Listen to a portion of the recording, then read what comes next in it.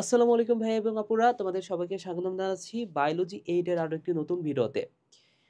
SSC বায়োলজির গত ভিডিওতে আমরা শ্বসন নিয়ে আলোচনা করেছিলাম। মেইনলি সবাত শ্বসনটা নিয়ে আলোচনা করেছিলাম এবং সেখানে আমি দেখিয়েছি 38 এটিপি আসলে কিভাবে তৈরি হয়। তো খুব শর্টকাটের মাধ্যমে আমি দেখিয়েছি। যারা দেখেছো ভিডিওটা, আমার মনে হয় না যে এই শ্বসন নিয়ে তোমাদের আর কোনো সমস্যা আছে এবং পুরা যে শ্বসন বিষয়টা সেটা আশা করি এখন ৫ সেকেন্ডের মধ্যে তোমাদের মনে থাকবে। কিন্তু তারপরেও অনেকের যে বিষয়টা আমার মনে হয় যে অনেকের হয়তোবা এই অসুবিধাটা হবে যে ভাইয়া শর্টকাট তো বুঝেছি, তবে বইয়ের লেখাগুলা অনেক অনেক সময় বুঝতে সমস্যা হচ্ছে। তো আমি তো বইয়ের সব কথাগুলা জাস্ট মুখে বলেছি, শর্টকাটের মাধ্যমে বলেছি। তো চিন্তা করলাম যে সবই যেহেতু পড়াচ্ছি, বই বইয়ের যে পড়াগুলা, বইটা কিভাবে লেখা আছে স এই লাইনগুলা লাইন বাই লাইন সবকিছু তোমাদেরকে একটু বুঝিয়ে দিই। ওকে? আমরা তো সবকিছু জেনেছি। এখন বইটা আমরা জাস্ট দেখব এবং বইয়ের লাইন বাই লাইন পড়ে আমরা আসলে বোঝার চেষ্টা করব। ওকে? সো আসো আমরা কথা না বলে শুরু করি। দেখো, সমাজ শোষণের যে সংক্ষিপ্ত বর্ণনা তোমাদের যে বায়োলজি বই, ফার্স্টেই গ্লাইকোলাইসিস নিয়ে কথা বলা আছে। গ্লাইকোলাইসিস সম্পর্কে যে কথাটা বলা আছে, আচ্ছা আমরা তো জানি গ্লাইকোলাইসিসের সিস মানে হচ্ছে প্রক্রিয়া, লাইসিস মানে ভাঙার প্রক্রিয়া, গ্লাইকো মানে হচ্ছে গ্লুকোজ। তাহলে এই প্রক্রিয়াতে আসলে কি ভাঙা হবে? একটা গ্লুকোজ ভাঙা হবে।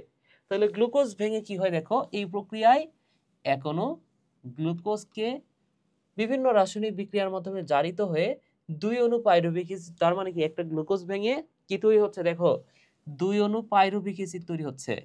কত অণু ভাইয়া? কত অণু? হ্যাঁ, কত অণু পাইরুভিক অ্যাসিড?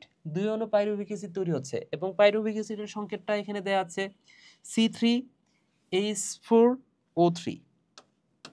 পাইরুভিক অ্যাসিডের সংকেতটা কি ভাইয়া? C3H4O3। আচ্ছা, উৎপন্ন করে। এই ধাপে ৪ অণু এটিপি তৈরি হয়। এইখানে তোমাদের কনফিউশনটা হবে। আমি গত ভিডিওতে বলেছি গ্লাইকোলাইসিসে আসলে কি তৈরি হয়?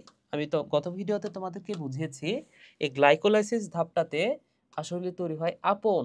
তোমাদের মনে আছে কিনা? আপন। এ মানে হচ্ছে এটিপি, পি মানে হচ্ছে পাইরুভিক অ্যাসিড এবং এন মানে হচ্ছে NADH2। তাহলে সবগুলা তৈরি হয় ২ অণু করে। কিন্তু ভাইয়া দেখো এইখানে কি লেখা আছে? এইখানে বলা আছে যে এখানে ২ অণু পাইরুভিক অ্যাসিড তৈরি হয়। তাহলে ২ অণু পাইরুভিক অ্যাসিড তৈরি হচ্ছে, এটা ঠিক আছে। কিন্তু বলা আছে ৪ অণু এটিপি তৈরি হয়। এখানে কত অণু এটিপি তৈরি হচ্ছে? ৪ অণু এটিপি তৈরি হচ্ছে। তাহলে দেখো এটা তো আর মিলল না, তাই না? আসলে ৪ অণু এটিপি তৈরি হয়, এর মধ্যে আবার ২ অণু খরচ হয়ে যায়। দেখো তার পরের লাইনে বলা আছে এর মধ্যে ২ অণু আবার খরচ হয়ে যায়। তাহলে যেটা খরচ হয়ে যায় সেটা কি লেখার আর প্রয়োজন আছে? এটাই আমি বাদ দিয়ে লিখছি। দেখো এখানে এটিপি হচ্ছে ২ অণু। তার মানে কি এটা তৈরি হইছে। মানে এটা খরচ হয় নাই আরকি। বুঝতে পেরেছো? তাহলে তৈরি হয় ৪ অণু। তোমাকে যদি বলে গ্লাইকোলাইসিসে কত অণু এটিপি তৈরি হয়? অ্যান্সার হবে ৪ এটিপি। এর মধ্যে খরচ হয় কত এটিপি? 2 এটিপি খরচ হয়। ঠিক আছে ভাইয়া? তাহলে এই কথাটা খুবই গুরুত্বপূর্ণ। এর মধ্যে ২ অণু খরচ হয়ে যায়। এই কথাটা খুবই গুরুত্বপূর্ণ। আচ্ছা। এবং শেষ কথা ২ অণু NADH2 তৈরি হয়। এই কথাটাও আমি বলেছি। ২ অণু NADH+H+ তৈরি হয়। এই প্রক্রিয়ায় কোনো ধরনের অক্সিজেনের প্রয়োজন হয় না। ঠিক আছে? কেন অক্সিজেনের প্রয়োজন হয় না বলো তো ভাইয়া? এই গ্লাইকোলাইসিস এটা সবাত এবং অবাত শ্বসন ২ জায়গাতেই হয়। তাহলে সবাত শ্বসনে তো অক্সিজেন লাগে, অবাত শ্বসনে অক্সিজেন লাগে না। তাহলে গ্লাইকোলাইসিসে যদি আসলেই অক্সিজেনটা লাগতো, তাহলে অবাত শ্বসনে তো এটা হইতো না। অবাত শ্বসনে কি গ্লাইকোলাইসিস হইতো? কারণ কি অক্সিজেন ছাড়া যে শ্বসন সেটা হচ্ছে সেটা হচ্ছে অবাত শোষণ। তাহলে অবাত শোষণে গ্লাইকোলাইসিস হচ্ছে না, হচ্ছে। তার মানে কি এখানে অক্সিজেন লাগে না। তাহলে এই কথাটাই মনে রাখো ভাইয়া, এখানে অক্সিজেনের প্রয়োজন হয় না। অক্সিজেনটা দরকার হয় না। এখানে অক্সিজেনটা লাগতেছে না। ওকে? আচ্ছা। তাই গ্লাইকোলাইসিস সবাত ও অবাত উভয় শ্বসনেরই প্রাথমিক ধাপ বা প্রথম পর্যায়। তাহলে যে কথাটা বললাম, সবাত এবং অবাত শ্বসনের প্রথম পর্যায় কোনটা? গ্লাইকোলাইসিস। এবং গ্লাইকোলাইসিসের বিক্রিয়াগুলা কোষের সাইটোপ্লাজমে হয়। তাহলে কোষের সাইটোপ্লাজম বলতে কি বোঝানো হচ্ছে? এটাও গতকাল বুঝিয়েছি। এটা যদি একটা কোষ হয়, কোষের ভেতরে নিউক্লিয়াস আছে, আরো যে অঙ্গাণুগুলো আছে, এগুলো হচ্ছে অঙ্গাণু বিভিন্ন ধরনের। এইগুলো বাদেও কোষের কিছু তরল পদার্থ আছে যেটাকে বলা হচ্ছে সাইটোপ্লাজম। ওকে, তো এই সাইটোপ্লাজমের ভেতরে এই গ্লাইকোলাইসিসটা সম্পন্ন হয়। তাহলে গ্লাইকোলাইসিস যেহেতু সাইটোপ্লাজমে হচ্ছে, বাকি ধাপগুলা কোথায় হয়? ধাপ 2, ধাপ 3, ধাপ 4 এগুলো কোথায় হয় ভাইয়া? এগুলো হয় মাইটোকন্ড্রিয়াতে। এই ধাপগুলো কোথায় হয় ভাইয়া? এগুলো হয় মাইটোকন্ড্রিয়ায়। মাইটোকন্ড্রিয়াতে, কন্ড্রিয়া। আচ্ছা, সো ধাপ 2 এ কি তৈরি হয়? তোমাদের নিশ্চয় মনে আছে আপন, তারপরে আমি পড়ছিলাম কেন। তাহলে আপন কেন? তাহলে এখানে সি হচ্ছে 2 অণু, এ হচ্ছে 2 অণু, এর মান হচ্ছে এন হচ্ছে 2 অণু। সি মানে তো কার্বন ডাই অক্সাইড 2 অণু তৈরি হয়। এ হচ্ছে এসিটাইল কোয়ে, এটাও 2 অণু। এটা হচ্ছে NADH2, এটাও 2 অণু। তাহলে দেখো 2 অণু করে তৈরি হচ্ছে। আচ্ছা, তাহলে গ্লাইকোলাইসিস গেল। এরপরে হচ্ছে এসিটাইল কোয়ে সৃষ্টি। এই ধাপে কি তৈরি হয়? গ্লাইকোলাইসিস পর্যায়ে সৃষ্ট প্রতি অণু পাইরুভিক অ্যাসিড। তাহলে 2 অণু পাইরুভিক অ্যাসিড তৈরি হয়েছে। এর মধ্যে 1 অণু থেকে কি তৈরি হয় সেই কথাটা বলা আছে। তোমাদের এইখানে অনেক বেশি কনফিউশন হবে। দেখো এখানে পাইরুভিক অ্যাসিড কত অণু তৈরি হয়? 2 অণু তৈরি হয়। কিন্তু এখানে বলছে প্রতি অণু থেকে, তার মানে কি প্রতি অণু বলতে 1 অণুকে বোঝানো হচ্ছে। ওকে, তাহলে 1 অণু থেকে কি কি তৈরি হয় বলো তো ভাইয়া? 1 অণু থেকে 2 কার্বন বিশিষ্ট এসিটাইল কোএ। তাহলে এই যে এসিটাইল কোএ এটা কত কার্বন বিশিষ্ট? এসিটাইল কোএ এটা হচ্ছে 2 কার্বন। এখানে কার্বন হচ্ছে 2টা। যদি তোমাকে বলা হয় পাইরুভিক অ্যাসিডে কত কার্বন? পাইরুভিক অ্যাসিডে দেখো 3 কার্বন। কিন্তু তোমাকে বলছে এসিটাইল কোএ এটা কত কার্বন বিশিষ্ট? এটা হচ্ছে 2টা কার্বন বিশিষ্ট। তাহলে এসিটাইল কোএ সৃষ্টি হচ্ছে কয়টা? একটা। কেন একটা? আমি তো এখানে লিখছি ভাইয়া 2টা এসিটাইল কোয়ে। কেন একটা? কারণ এখানে 2 অণু পাইরুভিক অ্যাসিড না, 1 অণু পাইরুভিক অ্যাসিড নিয়ে কথা বলা হচ্ছে। তাহলে 1 অণু পাইরুভিক অ্যাসিড থেকে একটা। আচ্ছা, একটা কি কি হয় বলো তো ভাইয়া? 1 অণু এসিটাইল কোয়ে হয়, 1 অণু কার্বন ডাই অক্সাইড এবং 1 অণু NADH2 হয়। ঠিক আছে? তাহলে 1 অণু থেকে একটা করে হয়। তাহলে 2 অণু পাইরুভিক অ্যাসিড থেকে কয়টা করে হবে? 2টা করে হবে, তাই না? তাহলে এই কথাটা বলা আছে, অর্থাৎ 2 অণু পাইরুভিক অ্যাসিড থেকে 2 অণু এসিটাইল কোয়ে, 2 অণু কার্বন ডাই অক্সাইড, 2 অণু NADH2 তৈরি হয়। ক্লিয়ার বিষয়টা? এই ধাপটি সাইটোপ্লাজমে ঘটে না। আচ্ছা, এখানে সাইটোপ্লাজমে ঘটে বলা আছে, তো এটা আসলে সাইটোপ্লাজমে না, এটা আসলে মাইটোকন্ড্রিয়ায় ঘটে। বুঝতে পেরেছো? তো বইয়ে যেহেতু লেখা আছে এটা আমাদের মানতে হবে। তো কথা হচ্ছে যে এটা সাইটোপ্লাজমে না, এটা হচ্ছে মাইটোকন্ড্রিয়ায় সংগঠিত হয়। তো তোমাদের বইয়ে কিছু ভুল আছে, এই ভুলগুলো আসলে সংশোধন করে না। যেমন একটু পরেও একটা ভুল দেখাবো আমি, মানে পরের ক্লাসটাতে একটা ভুল দেখাবো। তো যাই হোক, এই ভুলটা এখনো সংশোধন করে নাই।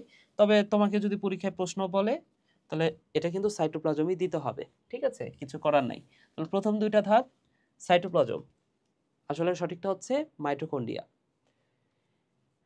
এবার আসো ক্রেবস চক্র। ক্রেবস চক্রে আসলে মাইটোকন্ড্রিয়াতে প্রবেশ করবে এই ধাপটা। তাহলে ইংরেজ প্রাণরসায়নবিদ স্যার হ্যান্স ক্রেবস এই চক্রটি আবিষ্কার করেন বলে একে ক্রেবস চক্র বলা হয়।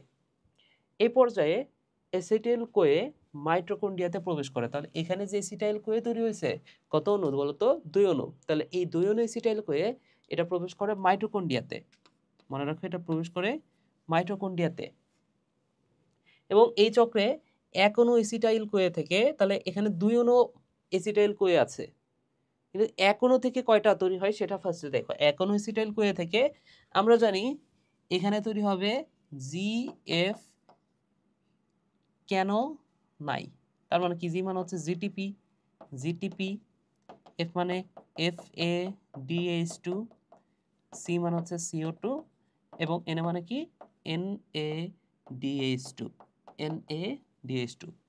তাহলে 1 অণু থেকে একটা করে তৈরি হবে। তাহলে 1 অণু অ্যাসিটাইল কোয়ে থেকে 2 অণু কার্বন ডাই অক্সাইড। আচ্ছা, এটা তো শেষেরটা তো হচ্ছে, তাহলে এটা হচ্ছে 2 2, এটা হচ্ছে 4, এটা হচ্ছে 6। তাহলে 2 অণু কার্বন ডাই অক্সাইড, একটা থেকে 2 অণু, তাহলে 2টা থেকে কত অণু? 4 অণু।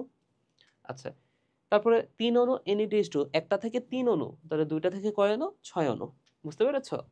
ওকে, এবং এক অণু FADH2, এক অণু জিটিপি তৈরি হয়। জিটিপি মানে কি ভাইয়া? দেখো, গুয়ানোসিন ট্রাইফসফেট, জিটিপি। এটিপি মানে কি? Adenosine triphosphate. জি মানে হচ্ছে গুয়ানোসিন, তাহলে গুয়ানোসিন ট্রাইফসফেট, সিম্পল। আচ্ছা, তাহলে এই জিটিপি আমি তো এখানে লিখছি জিটিপি লিখছি, তাই না? উদ্ভিদের দেহে এটিপি তৈরি হয়, আর প্রাণীর দেহে এখানে জিটিপি তৈরি হয়। তো এখানে তোমাদের উল্লেখ নাই, তো তোমার মনে রাখারও দরকার নাই। তাহলে এক অণু থেকে, এক অণু এসিটাইল করে থেকে এক অণু জিটিপি, এক অণু FADH2, দুই অণু কার্বন ডাইঅক্সাইড, তিন অণু NADH2। তাহলে দুই অণু এসিটাইল করে থেকে কত?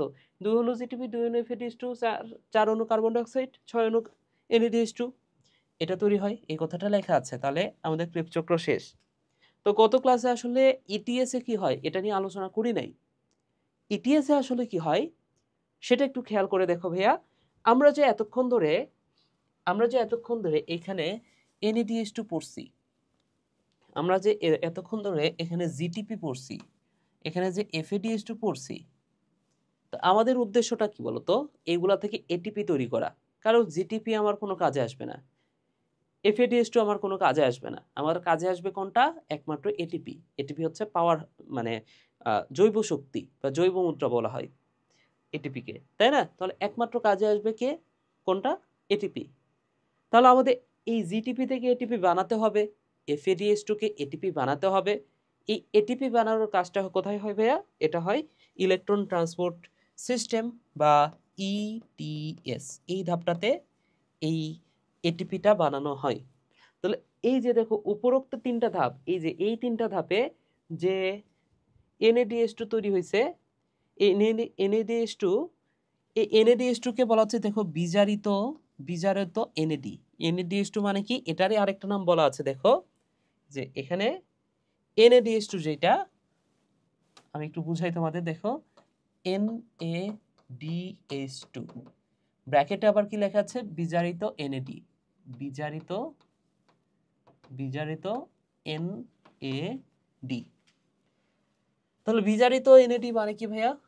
দেখো এখানে NADH2 এটা কিভাবে তৈরি হয়েছে? এটা তৈরি হয়েছে NAD, এটা তৈরি হয়েছে কিভাবে?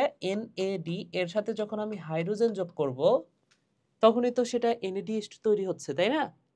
এখন কোন যৌগের সাথে, আচ্ছা তোমরা তো একটা সিম্পল কথা জানো, জারণ। জারণ মানে কি ভাইয়া? জারণ মানে হচ্ছে ছারণ। জারণ মানে হচ্ছে ছারণ। কিসের ছারণ? ইলেকট্রনের ছারণ। কিসের ছারণ?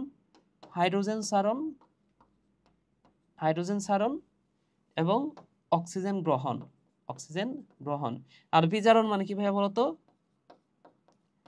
বিজারণ, বিজারণ মানে কি ভাইয়া বলতো? বিজারণ মানে হচ্ছে ইলেকট্রন গ্রহণ, ইলেকট্রন গ্রহণ, হাইড্রোজেন গ্রহণ, অক্সিজেন ছাড়ন, তাই না? তাহলে দেখো এখানে NAD এর সাথে হাইড্রোজেন যুক্ত হচ্ছে, তার মানে কি এখানে বিজারণ করতেছে, অর্থাৎ এটাই হচ্ছে বিজারিত হয়। বুঝতে পেরেছো? সে নিজে কি হচ্ছে? বিজারিত হচ্ছে। তাহলে এটার বিজারণ করতেছে এবং সে নিজে কি হচ্ছে? বিজারিত হচ্ছে। তাহলে দেখো NADH2 মানে কি? NADH2 মানে হচ্ছে বিজারিত NAD, অর্থাৎ NAD এর সাথে হাইড্রোজেনটা যুক্ত হইলে এটাকেই বলা হচ্ছে বিজারিত। ঠিক আছে? বিজারিত হয়েছে। NAD যখন বিজারিত হবে তখনই তার সাথে হাইড্রোজেনটা যুক্ত হয়, অর্থাৎ NADH2 এটাকে বলা হচ্ছে বিজারিত NAD। FADH2 এটাকে কি বলা হবে তাহলে? বিজারিত FAD। FADH2 এটাকে আমরা কি বলতে পারি তাইলে? বিজারিত FAD উৎপন্ন হয়। আচ্ছা, তাহলে উপরোক্ত তিন ধাপে যে NADH2 FADH2 তৈরি হয়, এই ধাপে সেগুলো জারিত হয়। তাহলে আগে ছিল বিজারিত, এবার কি হয়েছে বলতো? এবার হয়েছে জারিত। তাহলে এবার জারিত হয়ে এটিপি তৈরি করে। এই যে দেখো, এটা হচ্ছে মেন জিনিস। তাহলে এখানে জারিত হয়ে কি তৈরি হচ্ছে? এটিপি তৈরি হচ্ছে, পানি তৈরি হচ্ছে এবং উচ্চ শক্তির ইলেকট্রন এবং প্রোটন উৎপন্ন হয়। তাহলে কি কি তৈরি হচ্ছে? ইতিহাস ধাপে কি কি তৈরি হচ্ছে? এটিপি তৈরি হচ্ছে, পানি তৈরি হচ্ছে, উচ্চ শক্তির ইলেকট্রন প্রোটন তৈরি হচ্ছে। এটিপি, পানি, উচ্চ শক্তির ইলেকট্রন প্রোটন তৈরি হচ্ছে। ঠিক আছে?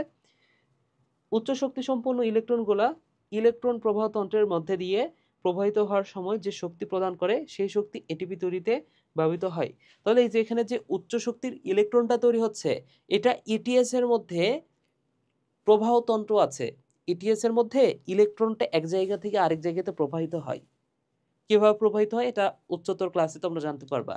ইলেকট্রনটা একটা জায়গা থেকে আরেকটা জায়গাতে আস্তে আস্তে যাইতে থাকে। এইখানে যে শক্তিটা উৎপন্ন হয় সেই শক্তি এই যে এই সময় যে শক্তি প্রদান করে সেই শক্তি এটিপি তৈরিতে ব্যবহৃত হচ্ছে। তাহলে এই সময় যে শক্তিটা তৈরি হয় সেই শক্তি ব্যবহার করে এটিপিটা তৈরি হয়। বুঝতে পেরেছ?